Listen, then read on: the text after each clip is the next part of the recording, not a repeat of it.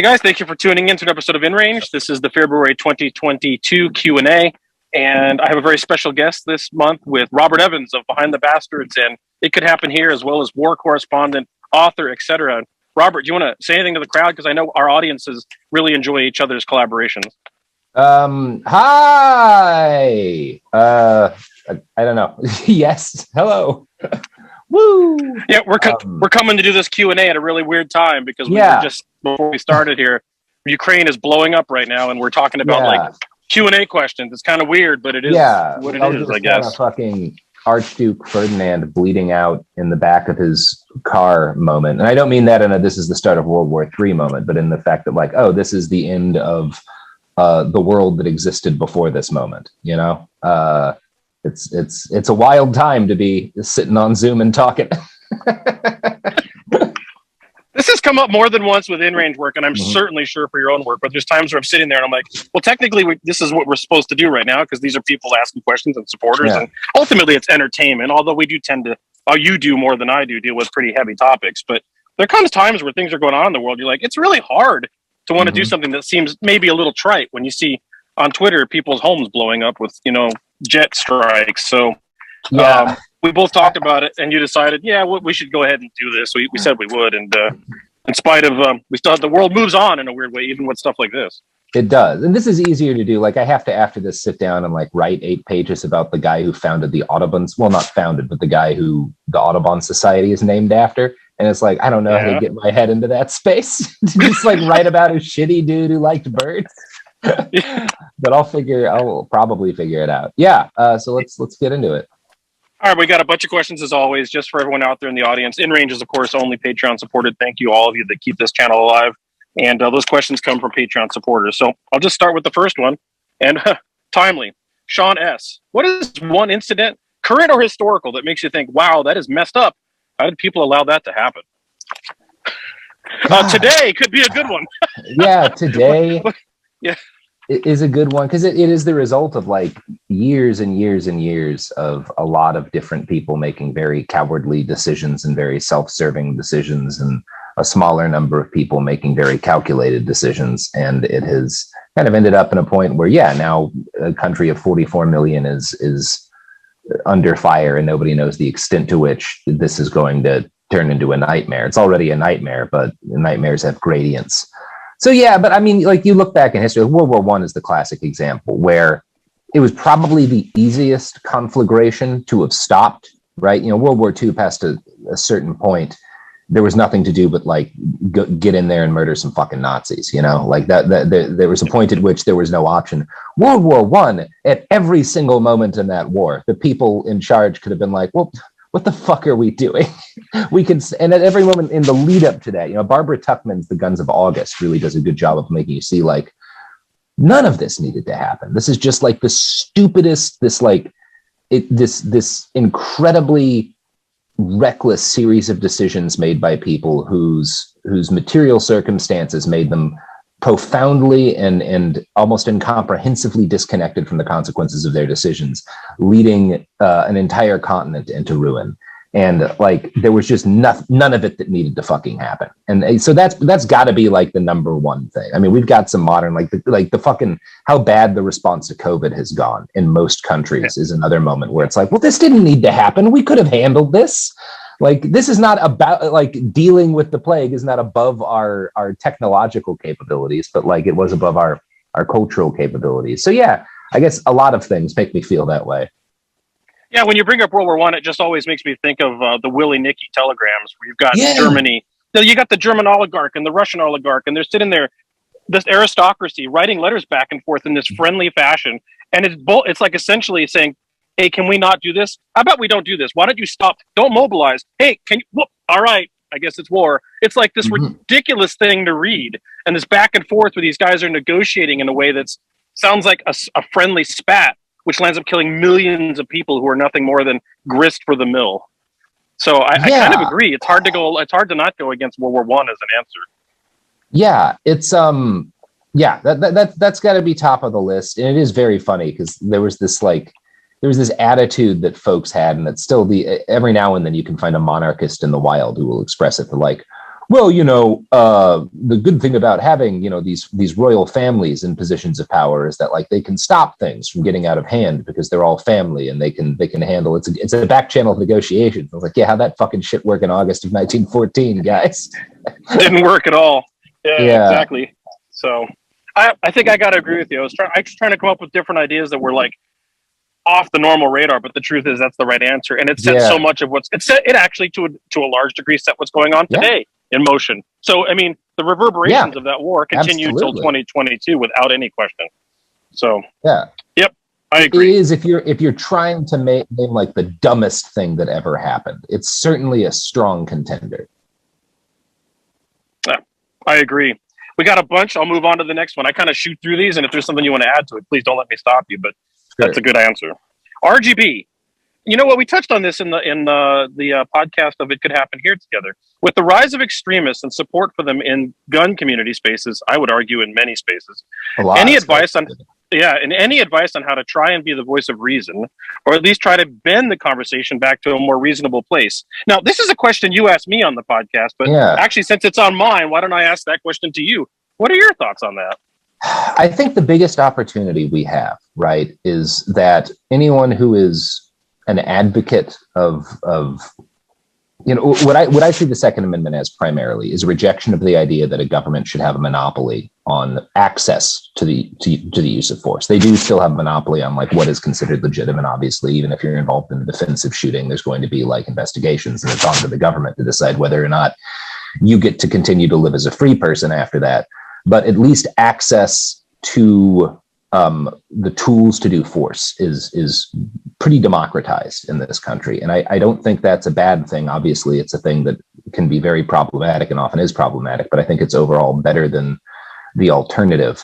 And I think most people who are advocates of the Second Amendment see and understand that. And I think a way in which we should be able to build bridges and reduce radicalism is by pointing out like, hey guys, for years up to this point, like one of the things that was always a big bummer to me in the early aughts was like looking at declining numbers of new gun owners, declining numbers of like people who were not old fuds buying guns, and increasing efforts in different sort of Democrat dominated states to reduce or cut off the right to bear arms. And like I just had this feeling in the early aughts that like, oh shit, like this is going to die out as a thing because people have been scared away by sort of the extremists from seeing, why there's a value in the Second Amendment. And that trend has reversed to a titanic degree. And now a huge number of the people buying firearms right now are groups of people that have traditionally not done that. And it is an opportunity, if people are willing to look at it rationally and kind of reevaluate maybe some of their biases, it is an opportunity to be like, well, hey,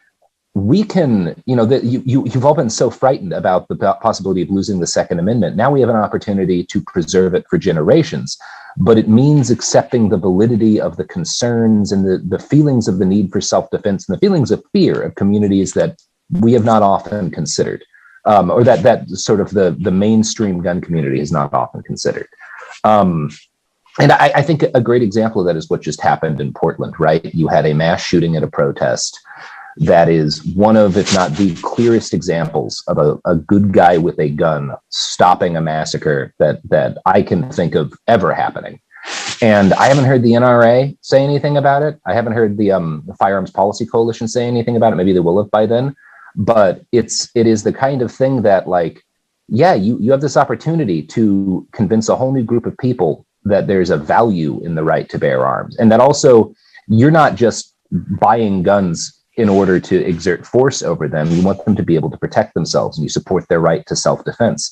And if we do that, then again, we can secure our right to continue to bear arms for generations into the future. Like this is the opportunity to turn back a lot of that kind of demographic decline in gun ownership. And it's an opportunity to push back against, these kind of democratic politicians who believe only the police should be the one with arms. And I think there's a lot of potential for de-radicalization within that. And I think there's a lot of potential for finding common ground within that in an area that traditionally there's been very little common ground in American politics over gun ownership.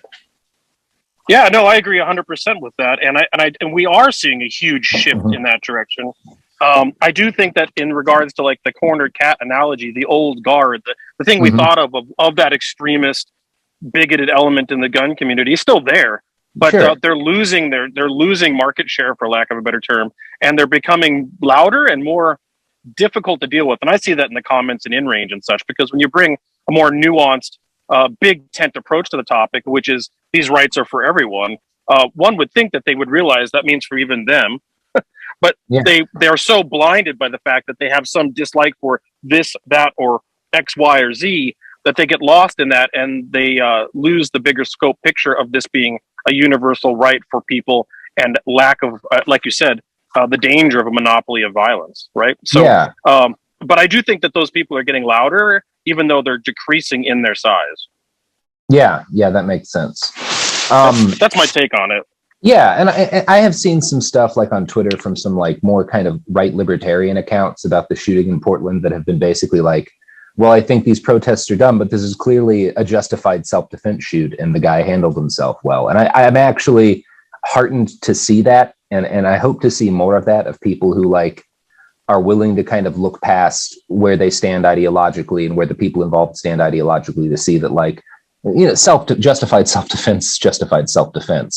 If somebody pumps around into the head of a 60-year-old woman for no reason, and somebody else drops that dude with a very well-placed shot, that's something that we should, like, that person is somebody that deserves support. And also those victims are people that we should be paying attention to. And that should be part of our understanding of like how we, not just how we defend the right to bear arms, but also like that's a part of it. That's as important a part of it as, you know, buying a gun or giving money to whatever organization will defend, you know, your rights in court, is paying attention to what is happening, to how the right to bear arms is being used by people in our society, and highlighting the cases where folks use it in a way that protects other people. And that's something that I think we have to be proactive about, you know, regardless, again, of where you consider yourself on the left-right axis.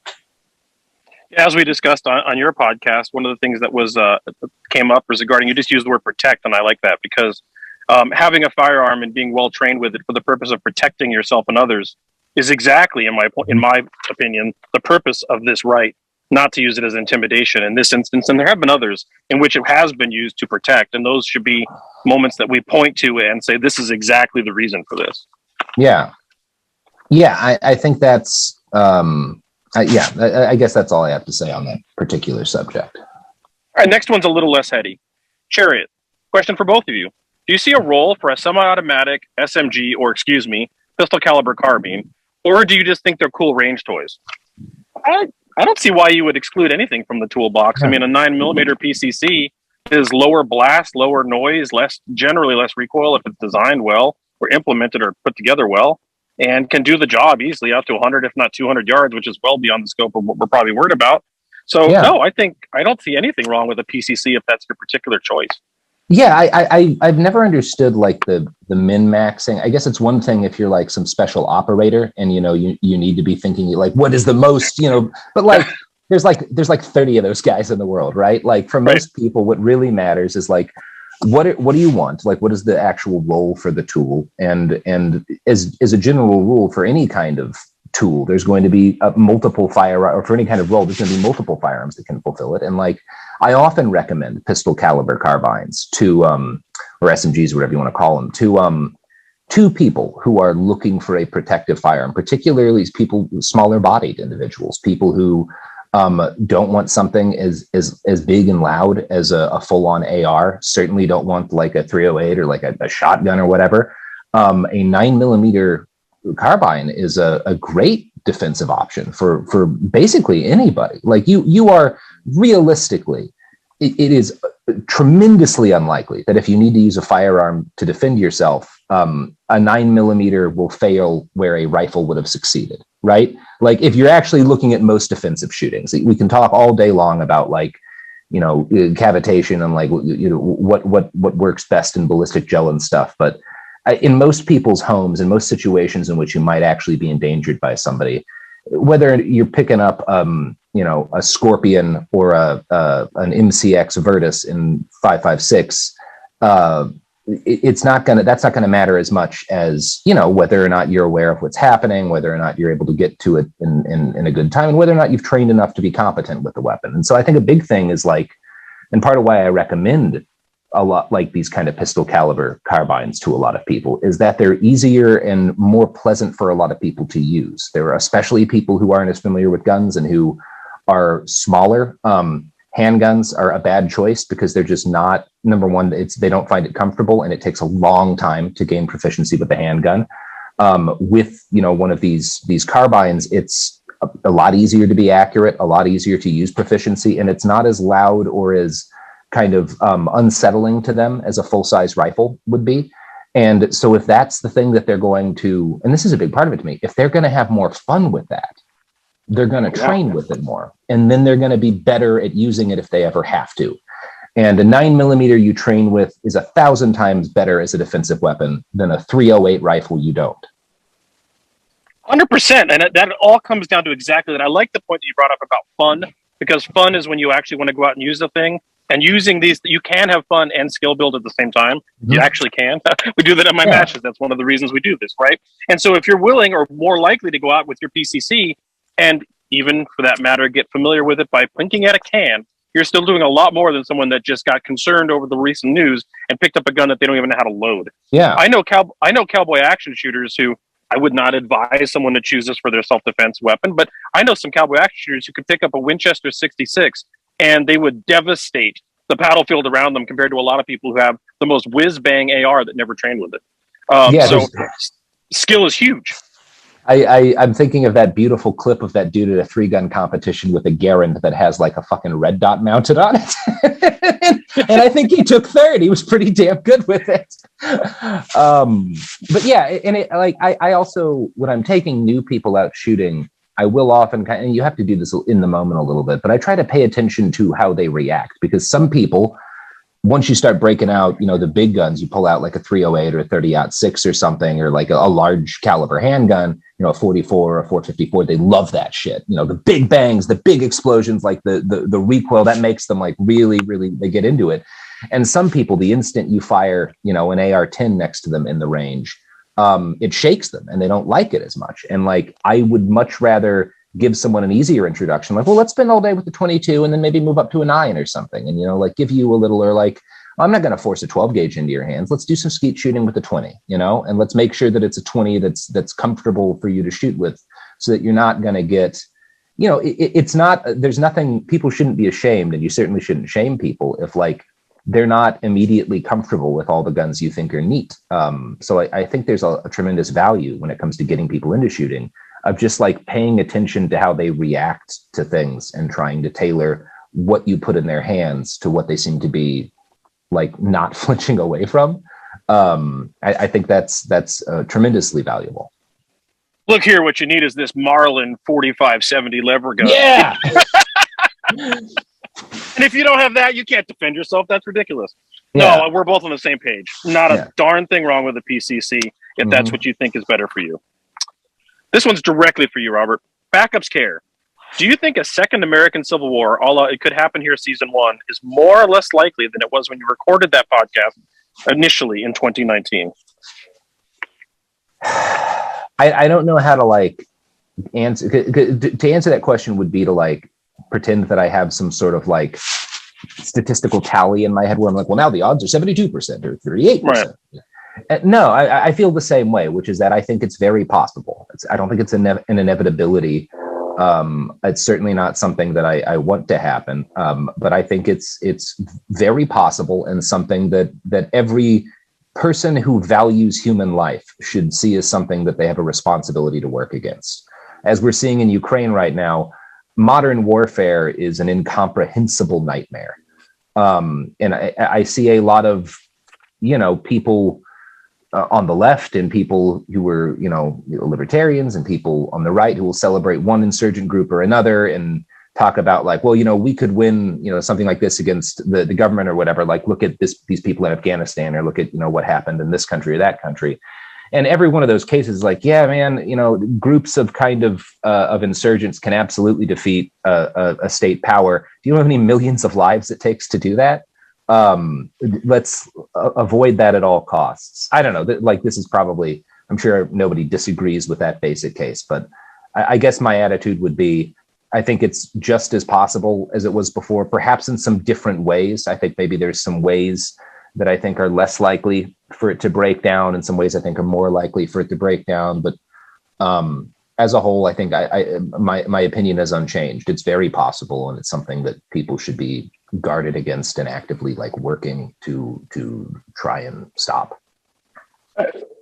Can't say that any better. I mean, like all of us, I mean, in the lifespan I've had on this planet, you never know. Like, today could be one thing and tomorrow could be completely something entirely different. I don't think there was a lady in Ukraine 2 days ago thinking she was going to videotape a MiG-29 rocketing her city tomorrow, right? So that's the kind of, those kind of escalations can happen fast. And as a student of history, not necessarily a war correspondent like yourself, but as a student of history and researching the things I do, no matter if you win in these situations, everyone loses. It's not a good deal. There's no coming out of something like this clean. It's always bad. No, and this is why I don't like to do the it's one thing if like you're in Ukraine and you're sharing these like Javelin missile or Stinger missile memes, like you do whatever the fuck you got to do to, like, you know, keep your head about you. I don't share that kind of stuff. I find it really uncomfortable because, like, I'm very much on the side of like people of Ukraine should defend themselves vigorously, and like whatever they can possibly do to defend their autonomy, they should do. But it's also, you know, fuck the VDV, fuck Spetsnaz or whatnot. But like most of the Russian soldiers who are involved in this, whether they're conscripts or contract soldiers, are like just fucking dudes doing what their society tells them is the thing they ought to do. And, you know, if Ukrainians should, again, do whatever they possibly can to defend themselves against those people. But I'm not going to meme what's happening, you know? Tragedy is tragedy, right? People dying on a battlefield is not a good day. It's one thing, like, I'm not going to lie, I've shared some ISIS memes. I took those wars personally and spent some time out there, and like, fuck them, you know, the Abu Hajar stuff. And like, but it's also like every one of those motherfuckers illegally crossed like a number of borders on their own individually in order to fucking take part in genocide and slavery. So like, I don't give a shit, you know? And maybe that's there's moral inconsistency with me as there is with anybody. So you can judge that if you want. I'm not going to give anybody shit for however they respond to war. But personally, I'm not going to be taking part in like the meme aspects of what's happening in Ukraine. No, and I'm not trying to say that there aren't people on the that, I don't know how to put this any other better way, that didn't deserve it. However, at the same time, that's still not a happy thing. That's the way I would go with that. Yeah. In every war, there's some percentage of motherfuckers who get exactly what they have coming, you know? But it's weird because it makes you think about like something, you know, at one point, every one of those people that had it coming was a baby that was born and could have had a much different life. And that's what's sad, right? They could have been not that person. So. Yeah, Azov battalion's taken heavy casualties, and I'm certainly not going to mourn a fucking Nazi who dies fighting, but like, it's also just, I don't know. I had this moment in Mosul where, you know, we spent some time under fire from like a couple of different dudes, and we wound up right after the area got cleared, walking through the area where one of them had been, and there was just this like, the closest I got to one of them was this guy who just lying on the ground in front of me. He'd been shot all over the place, including like right through the fucking foot, and we were able to kind of what's the word I'm looking for? We were able to put together his last couple of days because he'd been in the same fighting position for a while, and he had been there with his wife. And, you know, that's a word that can mean a lot of things when we're talking about an ISIS fighter, but I think she must really have loved him because he had been wounded several times, and there was substantial evidence of the work she had put into providing him first aid while he fought. You could see bandages and like different dressings that she'd changed, and like evidence of just like the meals they'd cooked together, like this weird little life they'd lived together in this fighting hole while he was in the last couple of days before he got murked. And it's one of those things like, fuck that dude. I'm sure that dude was a monster. But I also could not see him as just like a person who had somebody who cared about him enough to stay with him in that little hole, changing his battle dressings. And I don't know, maybe it's possible that he had her at a gun the entire time. It just, for whatever reason, didn't look like that to me. And that probably means she was trash too, right? I've spent some time with ISIS brides who were very unpleasant people. So I'm not trying to, but yeah, you know, I don't know, like they're still people, and it's unsettling, you know, even though, again, I'm not one of these like, yeah, fucking kill them, you know, they're ISIS. You gotta drop the sons of bitches, but you should also be unsettled when you come across evidence of like humanity meeting its end, I guess. So I was just going to tag at the end of what you just answered in that, when you talked about that very personal narrative of something you experienced, like one of the things that we can do to prevent a second American Civil War is to not dehumanize people we have opposition to, because when you dehumanize, that's when things escalate. And even though there are people that have earned it, as we said a minute ago, they are people, all of them, all the enemies in the world are at one time a human being. And that's a sad event, but that has to be done, I guess, would be the way I would put it. Yeah. All right, the next question. Tim K. Which historical figure shocked you the most to find out was actually a truly despicable person? I guess the sea monkeys guy. I would never have guessed that the fucker who invented sea monkeys was like a hardcore Nazi who helped fund a terrorist group. That really took me by surprise. I'm going to be honest, I didn't see that one coming. Yeah, because sea monkeys are this fun thing when you're a kid, and they're cute and the animation and that. Yeah. Mine's much more simple than that. Like, I mean, I guess I should have expected it, but when I was a kid, of course, you hear all about these great things and people like Gandhi, and then you come to find out Gandhi wasn't great.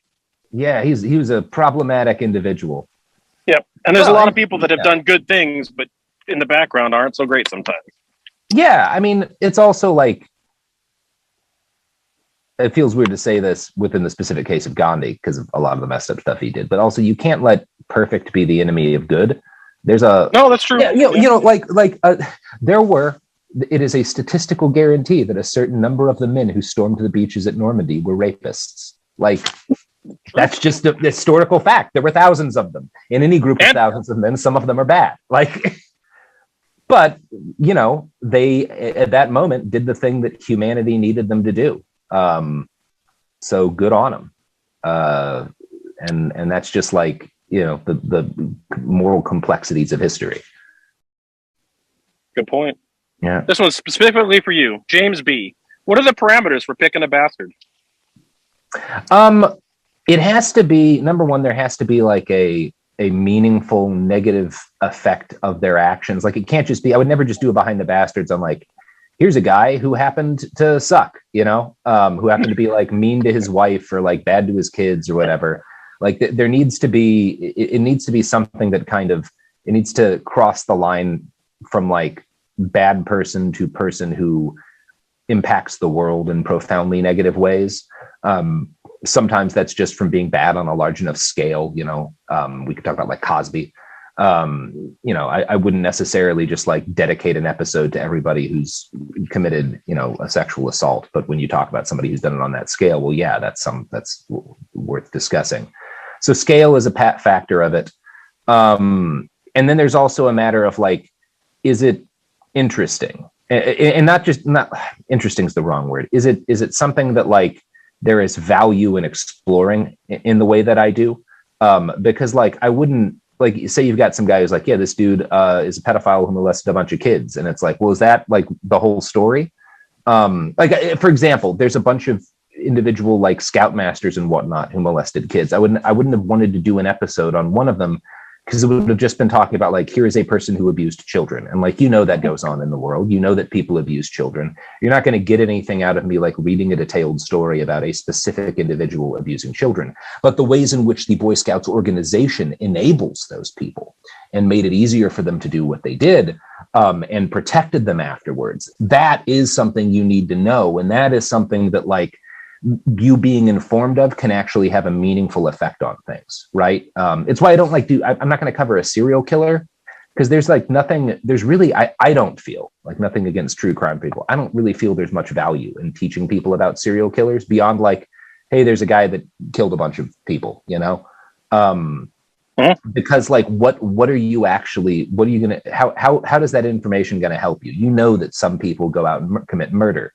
But I would do an episode on like, here is how a police department repeatedly failed to catch a serial killer in ways that were due to, corruption, or ways that were due to just incompetence, because that does matter. You actually knowing the ways in which the systems around you have failed people is really important. And it is something that, like, knowing that, learning about that, can provide you with value, because you might actually be in a position to do something about that. You can't stop some random dude from like killing people at truck stops, but you can advocate for reform in systems that, failed the people who got murdered at those truck stops, because this guy was allowed to keep doing it for 20 years because of all of these, failure X, failure Y, yada, yada, yada.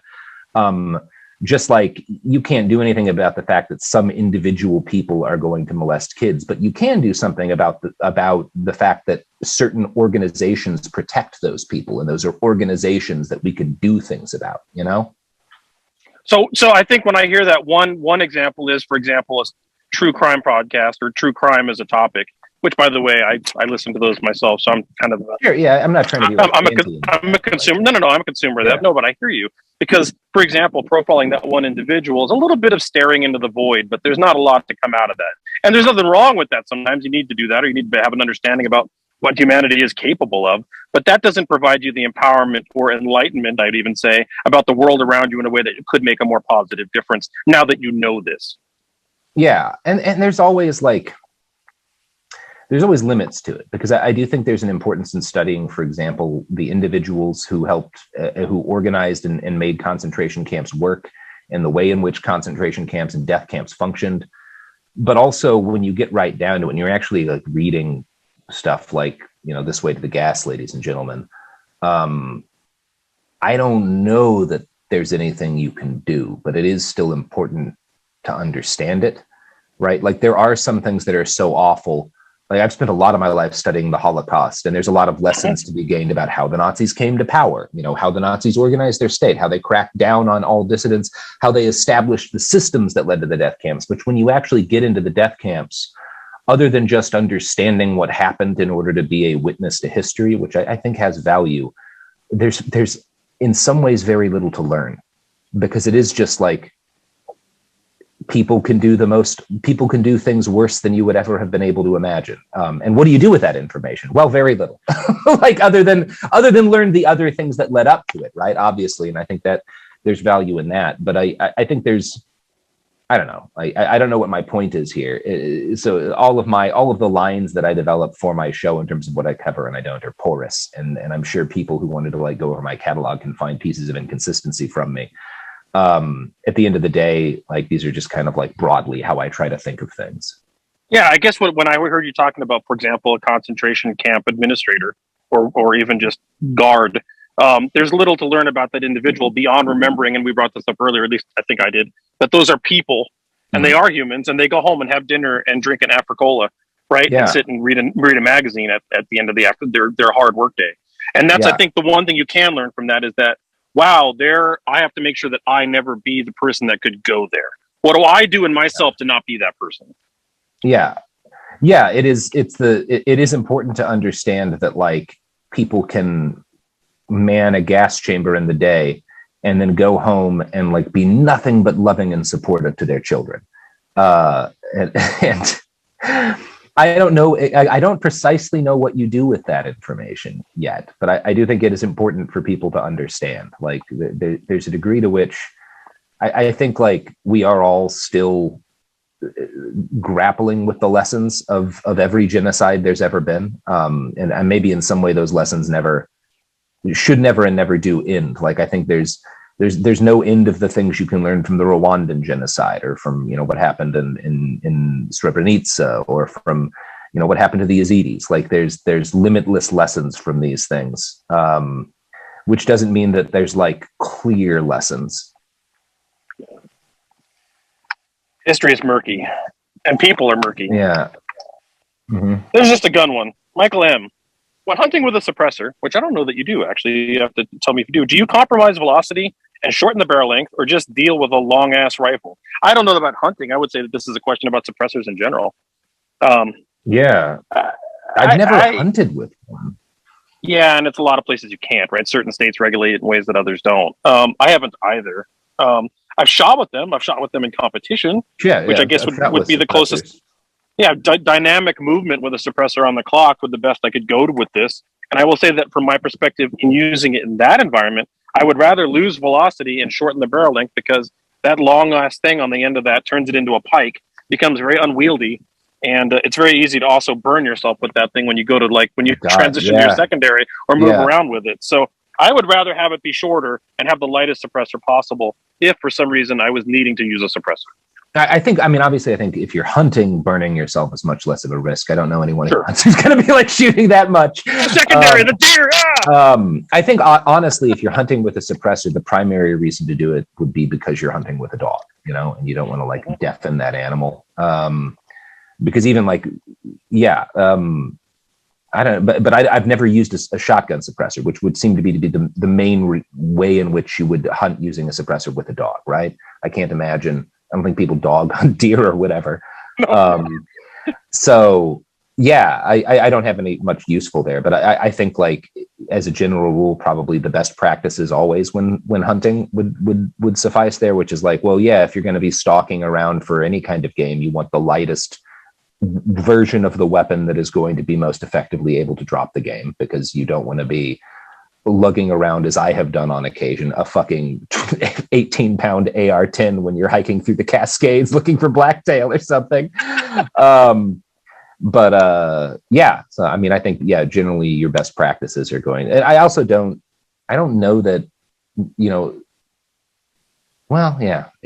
I think there's probably a question somebody who's more knowledgeable about ballistics could answer about the degree to which, if you're using different specialty ammunition, that might improve the odds that the animal you hit suffers longer or does not die as quickly. If you're using a subsonic round or something. Shot placement matters, right? Projectile. There's a lot of things that come into this beyond just velocity. Mm-hmm. So I agree with you, but all said and done, I think that you're capable of choosing the right projectile and the right cartridge with a shorter gun and not having a pike with a suppressor, if you're allowed to do that where you're hunting.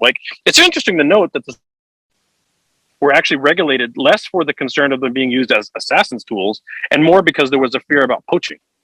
That was actually why that stuff, as my understanding is, that's why that's on the NFA. Well, and I have, not by choice, but by necessity, because of where I lived in the middle of nowhere, known a number of poachers, and they were all crossbow dudes.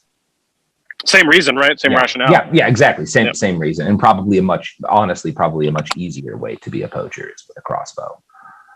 So it didn't really solve the problem. And crossbows, if you've never shot one, man, they shoot just like a rifle. You put a scope on that thing, you can easily hit a game at 150 yards. Yeah, so certainly at the ranges you're likely to be hunting, there's not going to be a ballistic difference that's going to matter, if you're at all competent and using the right tool. But why has regulation ever made sense sometimes? Well, yeah. I think it does. I'm not saying it never makes sense, but there's a lot of times that people don't know what they're regulating. I certainly can't see any reason to regulate higher caliber suppressors. I get there's an argument to be made about stuff that you can actually make silent, but I can't, having fired 5.56 and 308 suppressors, it's nobody's committing quite silent murder with those things. Not the ones I've ever used, at least. All right, damage report. For people in restrictive states like California for the foreseeable future, what do you both see as the best option for firearms ownership in an uncertain time, beyond the typical response of just move? Because that's what everybody says, just move. Get out of that state. Which getting out of that state would give you more options for sure, but that's not this question.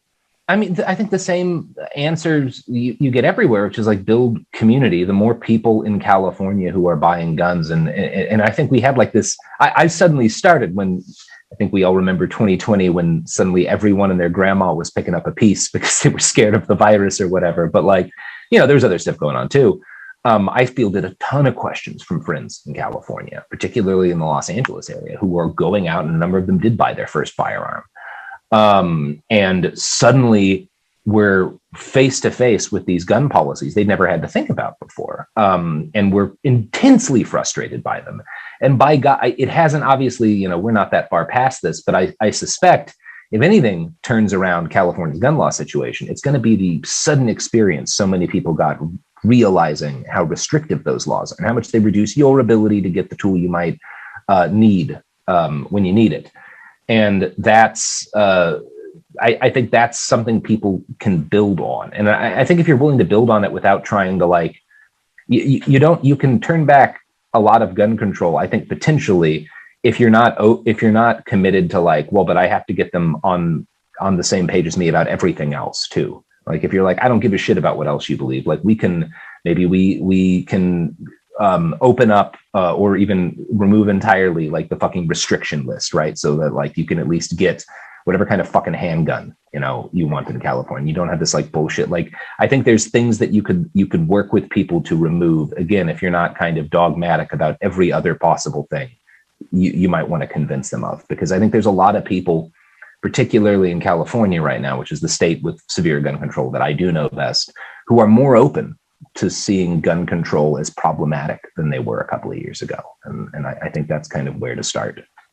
That's very interesting. And it's fun. It's also interesting that when I read this, I actually prefer what your answer was than what I was going to go with, because you read this and you immediately went to community and how to solve the problem. And I went to this as what's the best firearm to own in a restrictive environment. And that was a gear thought on my head, but your answer is the better one, because getting rid of the problem would be a better solution. But like in current California, as it stands now, there's all these workarounds with like bullet buttons and 10-round magazines, like all that stuff. And like, I find all of that stuff to be very curious to me, because I'm not sure what the point of that is when there are certain things that are already not restricted in that state for the nature of their laws are a bit ridiculous. They're pretty much aesthetic. But like a Mini 14 or an M1 Garand, gosh, that does anything you'd ever want it to do. And it doesn't run afoul of their weird regulations. And myself, if I was stuck there, I would be looking at options like that pretty closely. Yeah, I would recommend to people, if you want an AR style rifle in California, they're not as easy to find as they've been in the past, and they're not cheap. But the Ares SCR, which I have owned, is a really fun rifle, and easy to make California legal. And it also has the benefit of looking dope as hell. So yeah, I'm a fan of the SCR. It's a weird gun, but yeah. Cool. This one's for you directly. Peter H. In a recent episode, you talked about buying a 50 caliber. Did you end up getting it? Or what did you end up getting? I was planning on getting a 50 caliber. And then I saw the video of the guy who nearly fucking died when his exploded. And that was the same model. I was thinking about that model of 50 cal. And so now I'm thinking, all right, I'm going to wait. If I buy a 50 cal, it's going to be a more expensive and robust one than that particular model. Sure. Yeah. Kind of go for the gusto when you're going for the big gun. Yeah. Although definitely like take some time out to watch that video, because my dude does the whatever else. I mean, I'm sure there's criticisms to make about some of the choices he made and what he put through that. I'm not an expert on that, but like he did save his own life via first aid very effectively. And that's worth paying attention to, like what he did to not bleed to fucking death. Oh, yeah, no, totally. Did you see the most recent video he put out where he actually got another one of the... Okay, so you missed this. It just came out a couple days ago. He just got a new one from Serbu, and they intentionally fired the rest of the slap rounds he had in his possession behind... They had like a ballistic shield. They had the whole thing set up so that they fired every slap round they had left. And there were multiple instances where it was very difficult to open the action to get the cartridge spit out. And it was definitely high pressure because a number of times the cartridge case embossed itself into the rear plate. But it never detonated. But then he had one round that was specifically loaded to the pressure level that Mark Subu said this is what it needed to hit for this gun to detonate. And they made sure it was all safe and then fired it. And it blew up exactly like it blew up the time that he was firing it. So that slap round that he was shooting was some counterfeit thing that had been wildly inappropriately loaded. Yeah, I mean, I think that's probably a good lesson there in terms of like, be very careful what weird boutique ammunition you purchase off of the internet. gun show reloads are always a little like, maybe I'll stay away from Crazy Joe's discount 50 cal, right? Be real careful about what weird fucking ammunition you pick up on the internet. Dude's got like, I got a lot of this pistol powder, just fill up the cartridge case, right? I mean, that's kind of like what probably happened, something like that. Yeah, that's fucking terrifying. I certainly didn't mean anything that I said to be critical of that guy. Like, I just don't know anything about like that particular ammunition, or like, I know there were initially criticisms of like that he had picked around he should never have fired. I just didn't know enough to judge that one way or the other, but it sounds like he just got like a crapshoot, the fucking horrible, worst possible bullet he could have got. Quite honestly, it could have happened to me on InRange at some point, because we fired some boutique ammunition here. I fired some slap ammunition. I fired some API ammunition, some World War II stuff, B Patron and things like that. And all of that's very collectible stuff. And without knowing the provenance of it from its origin to when you put it in the gun, there is a chance someone fucked with it between A and B. So what happened to him, honestly, to be completely truthful, could have happened to me, because I've fired some boutique stuff and some weird guns.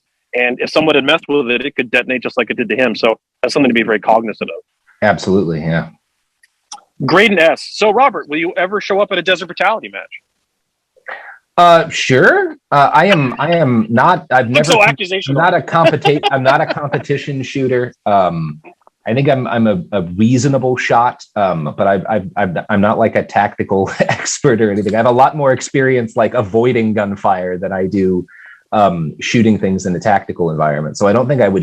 That's a good skill. Yeah, good skill. No, but if you ever want to come out, that'd be awesome. We'd love to have you. And you don't have to. It sounds fun. Yeah. As long as you know, obviously we have people of all skill levels from the beginning to like experts out there, and we'd love to have you. Yeah. I mean that sounds like a hoot. I'd like to get out there either before it gets too hot or once it stops being quite so hot, depending on how the rest of the year goes. Consider yourself invited, and I'll make sure that you have a seat, and you'll let me know if it can work out for you. Yeah, absolutely. So, all right, Ryan, this is just a fun one. Besides the obvious Alien, Event Horizon, Pandorum, are there any must-see space horror flicks that jump out at you? Oh, space horror specifically. Space horror, yeah. Huh. God, there's not really as much in that genre as... I've got a super B one that most people won't like, but I enjoy it. Okay. It was one with Jamie Lee Curtis called Virus. Oh, I heard about that. It's super. I mean, it's B, and a lot of the special effects are funny, but the narrative's pretty cool, actually. Well, I think when I say I heard about that, I think that's actually literally a movie that like I saw in a Blockbuster a long time ago or something. Like, yeah, I guess it's space horror. They're on some Russian ship out in the ocean that's doing some sort of research, and it gets struck with a lightning bolt, which turns out to be a data transmission. That's actually an alien intelligence that takes over the ship's complete computer system and starts using the robotics and turning people into murderers on the ship. It's B. It's absolutely B. But like, if you like, I'm a big fan in the computer gaming world of like System Shock and System Shock 2. This is like System Shock 2 on a ship. I don't know. Yeah, I watched a friend play Dead Space once. I'm not a big gamer, but I like watching some games be played by people, and I enjoyed that a lot. I thought that was a pretty good space horror movie. It's not a horror movie, but if you like science fiction and you like a unique take on sci-fi guns, I really recommend the movie Prospect with Pedro Pascal. This has some very cool science fiction guns that are really well thought out, and that I think unlike it's real easy to make sci-fi guns just be like laser blaster, go pew pew. But the specific kinds of firearms that they have and the limitations they build in for the guns in the world really lead to some very tense situations and standoffs that are a lot of fun. Interesting. I've never even heard of it, actually. It's great. It was this little like micro budget science fiction movie that looks great. It was filmed up in Washington. Pedro Pascal is the male lead, and it's very good. Excellent. Got some deep ones here. I'm going to go for some easy, low-hanging fruit, and then we could probably finish on a deep one because I think we're going to hit an hour pretty soon. We've lost track of time already. Daniel O. This is just for me. Have you or anyone ever tried running a Mini 14 in the two-gun match? I can answer that quickly. We have Mini 14s in the two-gun match practically monthly. Someone I refer to frequently as a friend of mine who's the well-known Glock collector shoots a Mini 14 all the time. So Mini 14s are at the match all the time. They're just not necessarily on footage. This one's for you, Robert. I do. Carl, do you have the A-Team Mini 14? I do not. That's one of my dream guns, is the fucking Hannibal's like nickel-plated Mini 14. That thing is fucking dope. I think we found your Desert Brutality match. You should come out LARPing as the A-Team. That'd be perfect. Yeah, exactly. I'll smoke a cigar while I shoot. Not at, because if you're doing an A-Team tactical match, you can't actually hit any people targets. You have to like hit things near them and knock buckets into them and stuff. Maybe a couple things have to explode, and at the end of every stage, you have to say, "I love it when a plan comes together." Yeah. That would actually be really fun. Like design a match where you can't hit. There's human targets that you cannot hit with your bullets. You have to knock other things into them, or like things like. It's the '80s super. It's the '80s superhero that would version. actually be really fucking funny. It's a combination match and Home Alone. Yeah. And Kyle P. So Robert, who's a bastard you would have wanted to cover with Carl now that we know each other? Is there someone else you thought of later that you would have wanted to do one about? Yeah, I mean, there's actually a number of Soldier of Fortune guys that we chatted about after the episode that we should talk about. I don't think he really qualifies as a bastard, but I've always found Elmer Keith fascinating. Sure. Both because of his, like, as a kid, like like how his dad had to like reset his hand after he was in that fire, which is like one of the most metal stories I've ever heard. And just like when you really get into the guy's notes, that man killed so many fucking eagles. Like, that dude shot so many eagles out of the sky. That's not cool. Yeah, it's amazing. But I've never heard it. I don't know enough about the man to know whether or not I think I'd consider him a bastard. I just think everything I've read about him is interesting. But there's definitely a bunch of like Soldier of Fortune dudes who I think would be worth talking about in more detail. Maybe we'll do some more someday. Yeah, if you want absolutely. to have me back on, I'd love to do it. Yeah.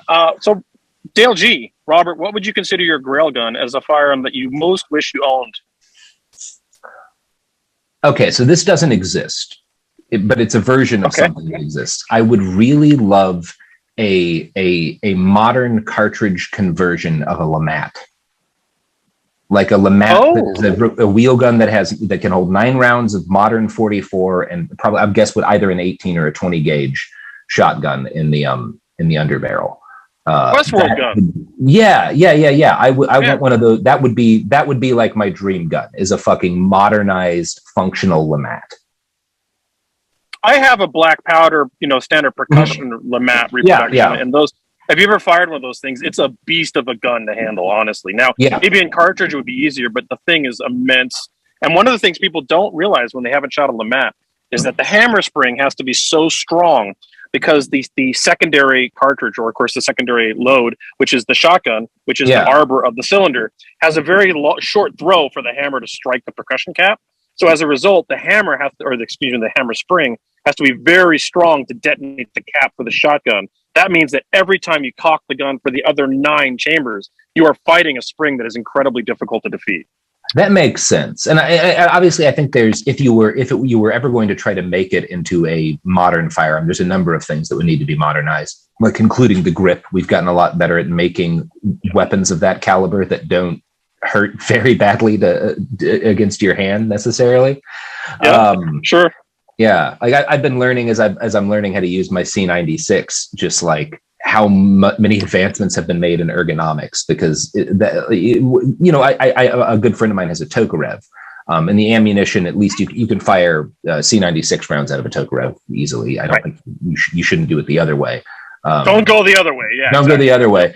But it like even just the distance between those two weapons in terms of years, the Tokarev is much more comfortable to fire and much less likely to like gouge your fucking this area right yeah, take the web of your finger off. It's totally. The gun, definitely the C96 is the gun that I have to caution people most when I give to them about, like, there's a very specific way. And also it has not happened with mine, but I know people have warned me that, like, sometimes when you chamber around, it just fires on certain C96s. Like, I've never experienced that. I have heard reports of that. It has never happened with mine, but it makes me like extra careful whenever I take it out, because like it's not a modern gun, and it's also like 100-something years old, and that introduces potential for problems.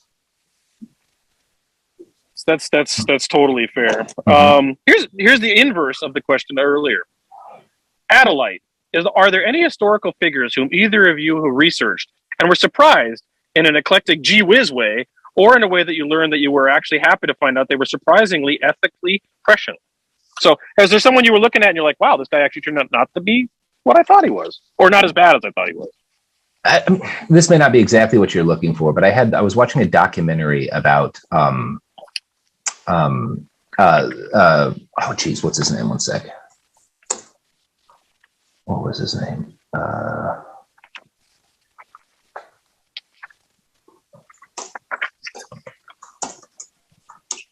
Out comes the Google. I'm just spacing on his name right now. Sam Cooke. I was watching a documentary about Sam Cooke recently, and it had a clip of an appearance he was on. His first like TV appearance was on the Ed Sullivan Show, and it got preempted. Like he got cut out early on the Ed Sullivan Show, and then Ed brought him back the next week. And there's this clip where Ed's on and explaining like that they had accidentally cut him out early, and they were bringing him back. And just because of the way Ed Sullivan looked, he looked kind of like angry. And the person I was watching it with was like, wow, I wonder if this is like a racist thing. Like if he's not happy that he had to bring this guy back. And so I looked up like Ed Sullivan. And it turns out Ed Sullivan was actually like in 1948, a civil rights activist. Wow. And repeatedly was a major part in increasing visibility for white people of Black musicians and artists, and had a couple of scandals, one in which he shook the hand of Nat King Cole on television, which was a scandal, and another of which he, I'm spacing on her name too, but there was another, a female Black musician who he like kissed on the cheek, and both of these were like huge, as in like the 50s, like big, like things in their day. So I was like, I came into it just because I was judging, not even judging, just like, oh, his face, maybe that's just how I'm guessing that's just how his face was, but he looked like angry on screen. And then I looked him up and was like, no, he was pretty fucking based actually. So that was I guess the most recent example of that. That's a really cool one. You and I talked about this briefly when we were getting ready for one of the podcasts. The one that I've done some stuff on InRange about as well, but not as deep as I'd like to, is Billy the Kid. Billy the Kid definitely did some I mean, he was fast and loose with the rules, and were there some casualties in the middle that probably could have been avoided? Yeah, quite a few people. yeah. But when you really dig into it, I really contend that he was really, for the most part, killing people that quite honestly earned it, and was legitimately fighting government and military corruption. And that's not the narrative. Billy the Kid's the bad guy, and when you really look into it, you're like, oh shit, no, it's kind of the other way around. I know we should all have the one person who's been trying to tell us the truth about Billy the Kid is Billy Joel. Brave and bold. Mm-hmm.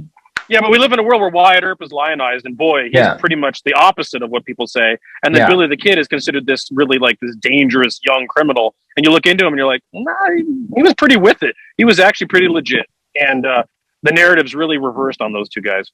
Yeah, I would really like to do that one with you, maybe even an episode on the both of them where we talk about like the contrasting ways in which they've come to be remembered in history. Because that's not a thing I even know all that much about, other than like what we've talked about. Yeah, I've done a lot on Earp, and the more I dig into Earp, the worse it gets. And I live here in Southern Arizona, and I've even found copies in some of the local.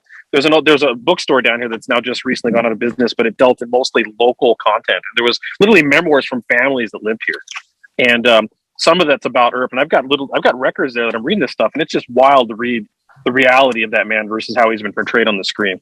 Mm-hmm. So, absolutely, whole other thing. So I'm gonna. I know that we're running short on time. I'm gonna hit us with the hard hitter here. We got one hard question, and then we'll button it up. And thank you for your time. This has been amazing. I really appreciate it.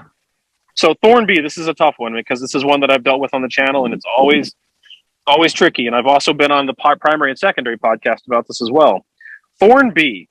How can the Second Amendment be relevant in an America that allows no-knock warrants and the police incorrectly execute people go unpunished in the slaughter of a law-abiding gun owner? Wow. Yeah. That's a tough one. It is. And I guess my answer to that, and this is again an area where I've been inconsistent in my phrasing, because I refer to it as the right to bear arms, which you don't have. We do not have the right to bear arms in a state, or in a state, is it like a nation in which police can raid your home and shoot you in your bed and justify it by the fact that you happen to own a gun. We have the right is access to arms. And that's all we have the right to, as long as the police have the right to do the things that they presently do. Yeah, for me, the answer to this is simply it sounds simpler, and it's such a, well, just do this. And this is the problem we're facing. I think the issue that I see with a lot of what goes on with law enforcement, including these no-knock warrants and no-knock raids. We had one in Tucson that I've talked about, in which middle of the night, within 30 seconds before they supposedly alerted the gentleman in his house, they shot him up full of rounds because he picked up an AR-15. He didn't know what was happening. Of course, we just had a recent one where they no-knocked in, and the guy rolled off his couch and tried to defend himself, and they killed him. We of course have up here in Mesa, we have a gentleman who was here, and because he had an air rifle that someone saw from a window, they had him crawl and beg for his life on the hallway. Fucking Christ. And in every one of these circumstances, the problem, of course, the event is a problem. The fact that that happens is a problem. I personally have an issue with no-knock warrants and raids in general. I don't think that's. Yeah. I don't personally feel that's a legitimate form of policing in a free country. But even if that were, the problem is that when these things happen, the cops are always let off the hook. If they were treated for their actions like I would be as a civilian for doing that, maybe we could have reform. But as it stands, they kick in the door, shoot an innocent person, and nothing happens. They get a break. They get 2 weeks of leave. That's the problem. They get all of the leniency possible for their behavior in the situation, and the civilian gets none. The officer that pulled the trigger up in Mesa on that guy crawling for his life is currently on essentially he has medical leave for the rest of his life for the PTSD of the event. Nothing came of it. The dust cover on his AR-15 had been had been out of regulation modified that said you're fucked on it when it flipped open when he pulled the trigger. While that's not indicative of the actual deed that he did, it does speak to his mindset. And the reality is he's on permanent leave now with medical leave. He's essentially retired for killing an innocent man. That's the problem. It's not that the event happened, which sucks. It's that they're getting away with it. Yeah, I mean, it's a very complex problem. But yeah, I would agree that, like, you do not have the rights that you on paper are supposed to have when they can get away with stuff like that. It's like this, the fucking Amir Locke, I believe it was, the man who was killed by the police in Minneapolis because he had a fucking gun next to him on the couch when he was sleeping, which, like, we've all done a version of that, right? We've all done a version of having a firearm accessible to us while we are sleeping in our bed or whatever the fuck. No knock. It's one of those things we can talk about. Like, do you believe in abolition? Do you believe in defunding? Or do you believe in reform? But, like, at the end of the day, we should all be able to get on the same page as, like, we don't really have very many of the rights we're supposed to have if police can execute no-knock warrants. And that should be everybody's. We should all be, again, regardless of whether you're a conservative, a liberal, a progressive, a fucking anarchist, we should all be able to get on the same page about, like, well, but this isn't okay, right? Like, we shouldn't be doing this. We shouldn't be letting this happen. Can we all agree on that? It's kind of like with, with gun control in California, where it's like, okay, maybe you can't get someone on the same page with you about magazine limits, but can we get rid of this fucking list, like, restriction and stuff? And that'll make things better. Not to equate the two, because one of them is costing a shitload of people their lives and the other is just annoying. But, like, I just think in general, I would like to see less sort of people trying to decide what they support or oppose based on, like, kind of tribalism, and more people being like, well, this is just a thing that shouldn't exist. And we can all agree on that, even if none of us agree on, like, what fucking Congress should look like or whatever. Can we get on the same page about fucking no-knock raids?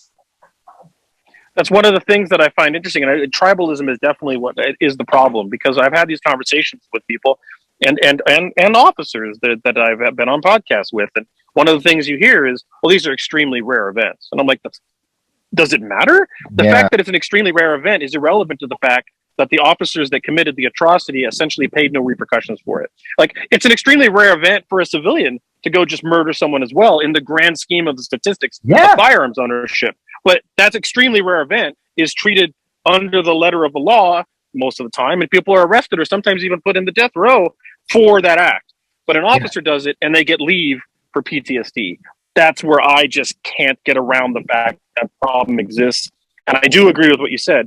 In a world where that is a situation where the very possession or mere visibility of a gun in the vicinity means the legal right to execute the person nearby, means we don't have a Second Amendment. We just have a right to have access to. But actually carrying it or having it nearby or actually leveraging it for self-defense in the middle of the night when you had 15 seconds of warning, being woken up by a siren or someone knocking down the door, which may or may not be the cops, tells me that we don't have the right anymore. And that's something that has to be fixed. And the first step, in my opinion, is to be able to hold these officers accountable for these actions.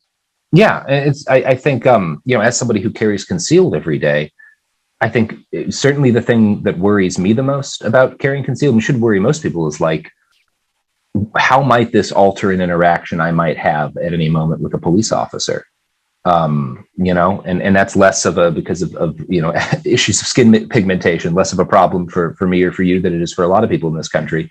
I was just going to say, we're white, and that makes it even split. Like, imagine not being white in that situation. But still, like, and I think if that's not a concern you have when carrying a gun, maybe you're not thinking through all of the aspects of carrying a gun fully, because that should be something you think about, right? And how that affects your behavior, and how that impacts the way you handle yourself in different situations. It has to. Ever since Daryl Gates started driving armored vehicles through supposed crack houses, there's been this slow decline into this. So maybe it existed before that. But ever since that began, and now we're at the point where no-knocks are considered relatively normative in the general scheme of tactics of law enforcement, there's been this slow degradation of what should have been normal warrant rights. And if that means that some people get away with things that are bad things, I much prefer that to a society that is oppressed by a militaristic law enforcement that can kill you for supposedly exercising your right within your own house. Yeah. And I find it weird that saying that is controversial. That statement right there in the gun community should be carte blanche lockstep. We should all agree. But I find that that's not the case, and I get a lot of heat for those kind of statements. And it's one of those, I think there's a number of ways you can take that. I would say, if you're talking about like, where did some of these problems start? I tie a lot of it back to the war on drugs, and to things like involuntary drug testing for people who are like arrested, or for people in a variety of situations where it's like, if you don't have control over what happens to your own fucking piss, what rights do you have? You know? And I think that's where a lot of this kind of, and there's other aspects to it, but like the erosion of the Fourth Amendment, you know, is something that people who love the second should be really concerned about. Yeah, they all matter. Like the first, the second, all of this applies. And I bring up Daryl Gates and his armored vehicles, but that Ram that they drove through houses with the LAPD SWAT was the drug war. They were supposedly fighting crack, and that was justification for driving through homes. Sometimes the wrong home, not much unlike sometimes the wrong home is a no-knock warrant. Yeah. Yep. So anyways, I said we end on a hard hitter. I don't know if you have any other thoughts you want to add to that particular question. That's all I got. Yeah. That could be a podcast in its own right. Yeah. Yes. But I wanted to thank you, Robert. Like, I mean, I think the audience all know who you are, because the minute we did our podcast together, the audience lit up with excitement that we did that together. And I'm thankful for you having me on your show, and I want to thank you for spending your time to be on my show. But why don't you go ahead and plug your stuff right now, so that like I got to do on your show? Yeah, you can. I have a podcast called Behind the Bastards, so you can check that out. And I also have a book called After the Revolution. It's a sci-fi, fiction novel. So check that out. If you just Google AK Press After the Revolution, you can pre-order a signed copy, AK Press After the Revolution, or there's a free ebook that anybody can read the whole book for free online at atrbook.com. Well, let me second all of that. And your podcast is absolutely eye-opening and enlightening. And I just want to tell anyone in the audience that hasn't listened to it, go do so immediately. The truth is, the more you do into history, the more you're like, wow, this image of what I thought it was and the reality of what it was are definitely discordant. And being able to know more of what's around you, and your podcast does that, makes us all more educated. And hopefully we can move towards a better future rather than repeat some of that stuff from before. So, again, thank you for being here. Thank the audience for supporting InRange. Go support Robert and his work, because it's amazing. And stay tuned for the next one.